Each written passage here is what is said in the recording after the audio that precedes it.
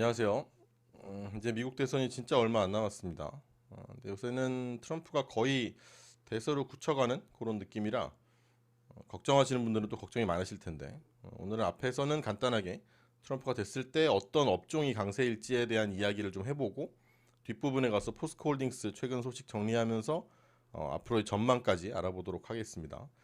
이 트럼프가 됐을 때, 뭐 해리스가 됐을 때, 뭐 이런 이야기들은 미국의 대선 관련된 이야기들에 대해서 그렇게 궁금해하시는 분들이 많지가 않은 것 같아서 따로 뽑아서 이렇게 주제로 정리하기보다는 좀 이제 섞어서 하려고 하고요.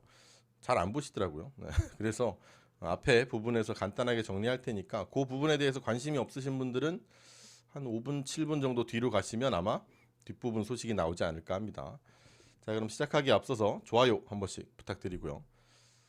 좋아요를 이제 눌러주시는 분들 항상 감사드립니다만 저한테 이 영상을 찍는데 가장 기쁨이 저거밖에 없기 때문에 꼭 좀 부탁드릴게요.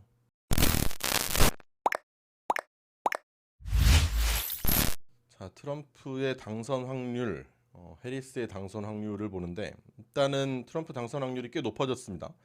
이게 퍼센트로 집계가 돼 있는데 왜 둘이 합쳐서 100이 넘는지 모르겠지만 어쨌든 한 6대 4, 이 정도로 생각하시면 되지 않을까. 60대 40 정도 보시면 될 것 같은데 은근히 많이 벌어졌죠. 근데 요새 이제 뭐 트럼프가 막 뉴욕 가서도 막 해리스 해고 막 외치고 막 자신감이 정말 한창 올라 있는 상태인데 원래 뉴욕이 완전 민주당 쪽이라서 뉴욕에서 저러기가 쉽지 않은데 아무튼 캘리포니아도 요새 그러니까 원래는 완전 민주당 텃밭인데 거기도 막 몇십 년 민주당 지지하던 신문사들이 해리스 지지를 막 철회하기도 하고 막 그런 식이라 요새 트럼프가 굉장히 좀 용기도 받고 힘도 받고 막 이러고 있는 상태라 뭐 근데 이게 뭐 사실 너무 걱정은 하지 마시라고 제가 지난 영상에서도 말씀을 드렸지만 어차피 누가 되는 거는 그렇게 큰 상관이 있는 게 아니니까 그냥 우리는 이기는 게 누군가 보고 대신 이제 누가 됐을 때 어떤 쪽 주식이 좀 오를까 어떤 업종이 좀 유망할까 이런 걸 보면 되는 거니까 지금은 트럼프가 유망하니까 트럼프가 되면 뭐가 좋을지 생각을 좀 해보면 일반적으로 이제 해리스는 좀 친환경 쪽이랑도 가깝고 트럼프는 뭐 헬스케어 아니면 뭐 월스트리트 금융 쪽 이런 쪽이랑 가깝고 이렇게 보는데 되게 의외의 통계가 있어서 일단 요걸 하나 가져와 봤습니다. 이게 이제 검정색 선이 보니까 글로벌 세계 유레니엄 ETF입니다. 그래서 우라늄 그러니까 원전 쪽 ETF죠, 그죠? 그리고 하나는 밑에 거 초록색은 글로벌 클린 에너지 ETF입니다. 그래서 친환경 에너지 ETF인데 이 바이든이 집권을 하는 동안 23년 뭐 중반 정도까지는 요때까지 뭐 얼추 그죠? 그냥 둘이 엎치락뒤치락 뭐 그냥 지지부진 이러다가 둘 차이가 갑자기 이렇게 확 벌어집니다. 그죠? 크게 벌어져서 사실 클린 에너지 쪽이 친환경 쪽은 떨어지고 오히려 이제 원전 쪽은 굉장히 좋고 막 이랬거든요. 이게 기억이 나실 텐데 언제부턴가 이제 원자력이 오히려 뭐 이제 환경 오염이 덜하다 막 이러면서 밀어줘야 된다 이러면서 막 유럽에서도 그러고 미국에서도 그러고 막 세계적으로 되게 원전이 되게 핫하게 얘기가 나왔던 때가 있잖아요. 그게 이제 신호탄이 되면서 원전 쪽으로 돈이 확 몰린 거고. 근데 그러면 그래도 사실 친환경은 인기가 없을 것 같지 않은데 왜 인기가 없나? 이게 친환경이라는 게 사실 나만 한다라고 되는 게 또 아니잖아요. 그죠? 이게 전 세계의 탄소의 중립, 뭐 탄소를 감축하자 이런 거기 때문에 다 같이 해야 친환경이지. 그렇지 않아도 이 친환경이라는 게 어쩌면 효율을 버리고 좀 불편하지만 기후에 도움이 되는 걸 하자 이게 모토가 돼야 되는 건데 나는 하는데 너는 안 한다? 이러면 짜증나죠, 그죠? 그래서 요즘은 근데 또 세계적으로 좀 미국도 나 살기 바쁘다 이게 좀 강해지고 모든 나라들이 다 이제 나만 약간 이런 와중이라 의견이 딱 모아지면서 세계화가 되고 이게 친환경 쪽으로 의견이 모아져야 되는데 이게 안 모아지니까 붕 떴어요, 이 친환경 사업이라는 게. 그러니까 이게 참 웃긴 게 주식이 특별히 누가 대통령이 돼서 밀어준다. 이게 중요하긴 하죠. 물론 중요한데 그것보다는 세상 돌아가는 꼴이 훨씬 중요하다라는 거죠. 그래서 요거를 보시면 요거는 이제 수익률을 본 건데 트럼프가 집권하는 기간에 트럼프가 그렇게 뭐 전통 산업에 뭐 또 기름에 이런 거를 챙긴다라고 하지만 친환경 ETF의 수익률이거든요. 근데 이게 그러니까 S&P 500 지수가 트럼프가 집권하는 1차 집권하는 그 기간 동안 70%가 오를 때 이 글로벌 클린 에너지 ETF는 오히려 300% 가까이 올랐다는 거고 바이든은 되게 친환경 쪽인 것 같이 보이지만 민주당 쪽이니까 근데 이게 S&P가 50% 오를 때 지수는 50%나 올랐는데 오히려 한 60% 떨어지는 굉장히 박살이 나는 안 좋은 상황이었다는 거죠. 그래서 결론적으로 뭐 만약에 정말 트럼프가 된다면 오히려 뭐 친환경 산업도 의외로 괜찮을 수 있다는 겁니다. 주가적인 측면에서. 그리고 트럼프가 세계적으로 뭐 협력 이런 걸 그렇게 막 별로 하는 편은 아니다 보니까 여전히 원전은 굉장히 유망하지 않겠냐 이런 생각을 좀 해볼 수 있을 것 같고, 오히려 트럼프가 처음 대통령 됐을 때 막 볼커를 완화하고 막 이러면서 이제 그때 이제 너 뭐 월스트리트 애들한테 이제 그 금융가 쪽에다 돈을 뭐 얼마를 받았냐, 뭐 얼마나 친한 거냐 뭐냐 했지만 사실 트럼프가 집권하는 동안 금융주의 주가는 그렇게 좋지 않았거든요. 오히려 바이든 때가 더 좋았습니다. 참 이게 특이한데, 그래서 그냥 요즘 세상의 트렌드에다가 트럼프의 성향을 끼워 맞춰 보면 일단 떠오르는 게 좀 친환경 쪽인 거. 친환경은 거스를 수가 없는 부분이니까 이 중에서도 특히 이제 좀 원전 쪽은 버리고 가지 못할 것 같다. 그래서 원전은 시장에서 좀 핫할 가능성이 있다. 만약에 트럼프가 된다면. 그리고 여기다가 이제 전기차도 조금씩 최근에는 뭐 계속 이제 트럼프가 되면 전기차가 망가진다 이런 식으로 많이들 이제 논리들이 짜지고 있지만 이 불안감을 오히려 걷어내면서, 이 관련된 내용은 제가 지난 영상에도 말씀드렸으니까 뭐 덧붙이진 않겠습니다만, 원전에다가 전기차 이 정도가 아마 친환경 쪽에서 인기가 있을 수 있는, 트럼프가 대통령이 됐을 때 그 가능성이 좀 있다고 보고, 그리고 또 꼽자면 트럼프는 이제 기업에 되게 좀 그래도 좀 더 규제를 풀어주고 좀 사업을 할 수 있는 환경을 조성해주자는 입장에 있으니까 AI 쪽에 규제가 더 풀리면서 AI가 괜찮을 것 같고, 또 요새 저 뭐야 일론 머스크랑 노는 거 보니까 이 자율주행 쪽도 아마 트럼프가 좀 신경을 쓰지 않을까. 그러니까 신경을 안 써도 할 수 있는 상황을 좀 만들어줄 수 있지 않을까라는 것도 좀 조심스럽게 예측해 볼 수 있을 것 같습니다. 자, 그럼 여기에 이어서 이제 포스코 홀딩스에 대한 이야기를 좀 해보자면 차트부터 좀 볼까요? 뭐 많이 떨어졌다가 살짝 오르는 것 같더니 다시 빠져 있는 상태. 여기 이제 나와 있는데, 먼저 이제 두 가지를 봐야겠죠. 포스코라고 하면 이제 뭐 철강 쪽 봐야 될 거고, 철강이 어떻게 되느냐가 제일 중요할 거고, 이 마우스를 바꿨더니 글을 못 쓰겠네요. 이 펜마우스가 있다고 하는데 그걸 써봐야 되나? 펜마우스가 되게 쓰기 편한가? 한 번도 안 써봐가지고 뭔가 좀 이거 내가 적응할 수 있을까라는 이런 스트레스를 받아가지고 그냥 다른 마우스 샀는데 이 마우스는 글을 못 쓰겠네요.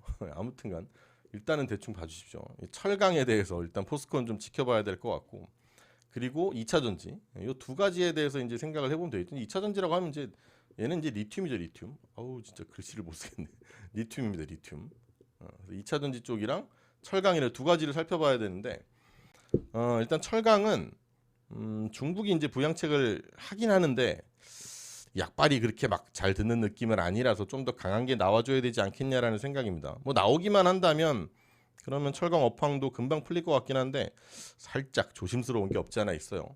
다행이라고 말하자면 뭐 중국 쪽도 그렇고 관련된 철강 기업들이 뭐 사정이 좋지 않겠죠. 워낙 가격이 안 좋고 이러다 보면은 업황이 꺾일 때 중국 기업들도 물론 이 인민 그 정부에서 너무너무 밀어주고 있긴 합니다만, 그래도 어려운 건 사실이니까 공급은 사실 괜찮을 것 같거든요. 이 철강 업황이 안 좋아지면서 이 공급을 줄이겠다라고 하는 쪽들이 많이 나오고 있어서 뭐 다행이라고 말하기에는 별로 안 좋은 얘기긴 합니다만, 어쨌든간 공급은 그렇게까지 막 엄청 많아가지고 뭐 요즘 철강 가격도 최근에 조금 올랐는데 다시 또 뚝 떨어지지 않냐라고 하는 이제 걱정은 별로 안 해도 될 것 같다라는 생각이 하나 있고, 이제 과연 이제 그러면 철강에서 공급은 얼추 오케이라고 봐도 과연 이게 수요가 살아날 수 있을까? 공급은 오케이여도 수요가 살아날 수 있을까에 대한 이제 물음표가 있기 마련이거든요. 근데 이게 이제 중국 정부의 스탠스를 안 볼 수가 없습니다. 얘네가 세게 부양책을 쓰면 그럼 생각보다 되게 쉽게 풀릴 거고, 이미 줄어든 공급을 다시 늘리기도 어려울 거니까 포스코는 이제 수혜를 받을 수 있다. 이게 이제 사실은 그냥 당연한 시나리오거든요. 근데 이제 과연 중국 정부가 지금 더 강한 완화책을 쓸 수가 있을 것인가에 대한 거에 좀 물음표가 있기 때문에 철강은 조금 지켜는 봐야 될 것 같다라는 거고, 그럼 이제 그동안 2차 전지로 그럼 뭐 리튬 쪽에서 돈을 벌 수 있을 거냐? 근데 2차 전지도 사실은 이게 이제 제대로 이익이 나오고 이러는 거는 이건 2026년이 돼야 뭐 제대로 이제 돈을 벌 수 있다라고 원래부터 생각을 하고 있던 거라서, 내년 가서 갑자기 뭐 리튬으로 돈을 이만큼 벌었다 이거는 내년에 기대할 수 있는 게 아니거든요, 기본적으로. 그래서 우리가 기대해야 되는 건 리튬 가격이 좀 올라오느냐, 아니면 뭐 전기차의 인기가 좀 생기느냐, 아니면 뭐 주가를 부양할 만한 이벤트들이 있느냐, 이 세 개를 봐야 되는 거지. 사실 2차 전지에서 리튬 쪽에서 실적을 찍어서 포스코홀딩스를 부양한다, 이거는 사실 거의 어려운 일이거든요. 어려운 일이 아니라 그냥 스케줄상 말이 안 되는 거니까. 그래서 세 가지를 보자는 건데, 첫째는 리튬 가격이 올라올까? 리튬 가격의 문제가 될 거고, 그리고 두 번째는 전기차의 인기가 생길 거냐, 이게 두 번째가 될 거고, 세 번째는 주가를 부양할 만한 뭔가 좀 이벤트들, 이런 것들이 있겠느냐, 이 세 가지를 이제 보시면 된다라고 말씀드리는 게. 근데 먼저 이제 리튬 가격은 아시다시피 이제 무지막지하게 떨어져 있잖아요, 그죠? 먼저 리튬 가격을 살펴보자면, 리튬 가격이 뭐 엄청 떨어졌죠, 그죠? 근데 이게 참 말도 못하게 약세인데, 이건 딴 것보다는 중국이 문제거든요. 리튬은 중국에서 많이 이제 채굴이 되는 건 아닌데, 그러니까 뭐 있긴 한데 그렇게 막 양질의 리튬이 있는 건 아니고, 중국에서는 생산, 즉 이제 재련을 되게 많이 합니다. 원래 나오는 건 뭐 칠레, 호주, 뭐 아르헨티나 이런 데가 많고, 아프리카, 브라질 뭐 이런 데도 좀 있고. 근데 이거를 재련하는 거는 이 공장 자체가 환경 오염에 좀 노출이 좀 돼 있다 보니까 딴 데서는 좀 꺼리는, 그런 경향이 있어요. 그래서 이제 중국이 이걸 가져다가 빡세게 재련을 해서 내놓게 되는데, 이제 그게 워낙 많다 보니까 전 세계 리튬 재련량의 65%를 중국이 하고 있다라는 거죠.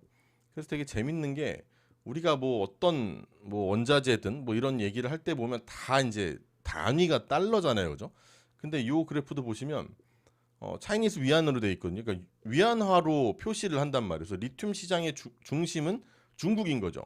근데 중국 회사들은 또 정부에서 밀어주니까 뭐 적자 보던 말든 그냥 덤핑 치고 있는 거고, 그러다 보니까 이제 미국도 이 꼴보기 싫고, 유럽도 걔 볼 때 꼴보기 싫으니까 뭐 IRA나 이런 걸 통해서 중국 쪽을 점점 배제하자라는 이제 움직임이 있는 건데, 사실 그렇게 되면 결국은 이 가격은 이 바닥에 계속 있을 수는 없다라고 봅니다. 그래서 올라올 거라고 보고, 그래서 포스코는 꾸준히 투자를 하고 있는 거고, 이게 결국은 될 거라고 생각을 하는 거죠. 왜냐하면 이제 생산을 어느 정도 가격대에서 내가 할 수만 있다면 결국은 필요한 원료가 될 거고, 이 필요한 원료를 중국 쪽이 끊어진다면 내가 이 시장을 먹을 수 있겠다라는 자신감이 있으니까 이런 투자를 계속 하는 거죠. 이것도 24일에 나왔던 기사인데, 아르헨티나에서 연산으로 2만 5천 톤 규모로 수산화 리튬 공장 준공에 들어갔다고 합니다. 그러니까 뭐 당장이야 중국 리튬을 끊을 수가 없는 건 사실이지만, 점차 이제 IRA 대상에도 이제 중국 거를 점점 빼야 되고 줄여가게 되면서 선제적인 투자로 리튬 시장에서 사이즈를 키우고 중국 쪽 물량이 점점 줄어들면 이 수혜를 받겠다라는 이 작전의 일부가 되는 건데, 그리고 이제 포스코가 이 리튬 생산에 되게 진심이다라고 느껴지는 부분이 또 뭐가 있냐면, 리튬을 생산하는 방식을 이제 세 가지로 분류해서 하고 있거든요. 첫 번째가 이제 광석에 기반해서 추출을 하는 겁니다. 그래서 광석 기반해서 추출하는 건 이제 호주에서 리튬 정광 수입해다가 광양 공장 가서 만드는 건데, 두 번째로는 아르헨티나에서 쓰는 쪽으로 해서 염수에 녹아 있는 리튬을 추출하는, 염수 리튬을 추출하는 방식으로 하고 있고, 세 번째는 이제 폐배터리로 쓰고 있는데, 폐배터리를 재활용을 해서 여기서 이제 리튬을 뽑아내는 이런 방식으로 이제 세 가지를 하고 있는데, 이 폐배터리 쪽은 사실 그렇게 많지 않아서 좀 미미한 편이라, 규모 자체가. 그래서 사실은 거의 크게는 두 가지 방식이긴 한데, 이렇게 하는 게 결국은 생산성도 확보하고 이렇게 해서 마진을 장기적으로 지켜낼 수 있도록 하자는 거거든요. 왜냐하면 원래 쓰는 방식이 이제 염수를 증발을 시켜서 리튬을 뽑는 방식인데, 이게 증발을 시켜야 되다 보니까 날씨 따라서 워낙 생산량이 달라지거든요. 그래서 이제 이걸 보완하기 위해서 전기 투석으로 수산화 리튬을 염수에서 뽑아내는 건데, 이 전기 투석을 하게 되면 전기값이 많이 들어요. 그래서 생산하는 비용이 올라갈 수밖에 없겠죠. 그래서 이제 생산 지역별로 좀 다양화해서 내가 이쪽 가서는 염수가 있는 쪽에서는 어떻게 하고, 또 저쪽 가서는 저렇게 하고, 이런 식으로 하나에 몰빵하다가 괜히 이제 무슨 일 생기면 갑자기 생산량이 확 줄어들면서 뭐 내가 이제 만들어낼 수 있는 단가가 올라가고 막 이런 일이 발생하게 되면 마진이 확 줄어들 거 아니에요. 그래서 그런 변수를 줄이자는 거고, 되게 아무튼 꾸준하게 되게 잘 투자를 하고 있다라는 거죠. 그래서 일단 리튬 가격이 언제 올라갈 수 있느냐에 대해서는 사실 뭐 중국이 지금 이렇게 뭐 덤핑을 치고 있는 과정에서 리튬 가격이 올라가기는 어렵겠지만, 이것 때문에 이 리튬 관련된 회사들이 망하는 회사도 되게 많고요. 이게 뭐 중국의 작전이긴 합니다만, 이게 다 이제 그 치킨 게임의 일부가 되겠죠, 그죠? 근데 그렇긴 합니다만, 결국은 사실 중국은 배제하고 갈 거기 때문에 이 리튬 가격은 종국적으로 올라갈 수밖에 없다. 그게 이제 첫 번째 얘기인 거고.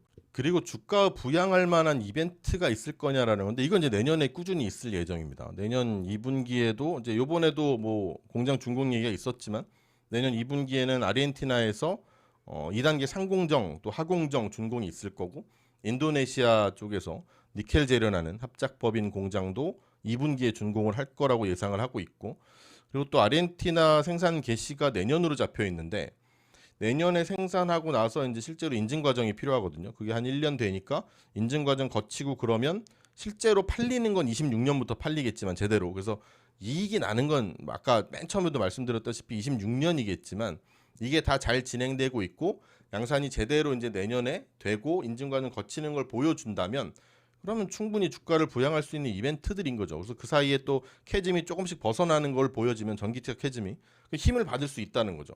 이게 뭐 돈을 그럼 뭐 얼마 벌려서 뭐 얼마큼 주가에 반영되고 이런 걸 얘기하는 게 아니잖냐. 그게 뭐냐. 뭐 결국 꿈꾸자는 거냐 이러실 수 있겠지만 주가가 지금 사실 이 포스코홀딩스 같은 경우에는 상당히 망가져 있는 상태라서 이 과정에서 이런 이벤트들이 과매도를 탈출하게 해주는 데는 굉장히 중요한 장치가 될 수 있다는 거죠. 그것도 뭐 완전 뜬구름 잡자라는 게 아니라 실제로 공장에 준공이 들어가고 준공이 완성이 돼서 생산이 들어가고 인증 결과를 거치고 있고 막 이런 것들이 과정이 흘러가면서 주가는 선반영을 하게 돼 있단 말이죠.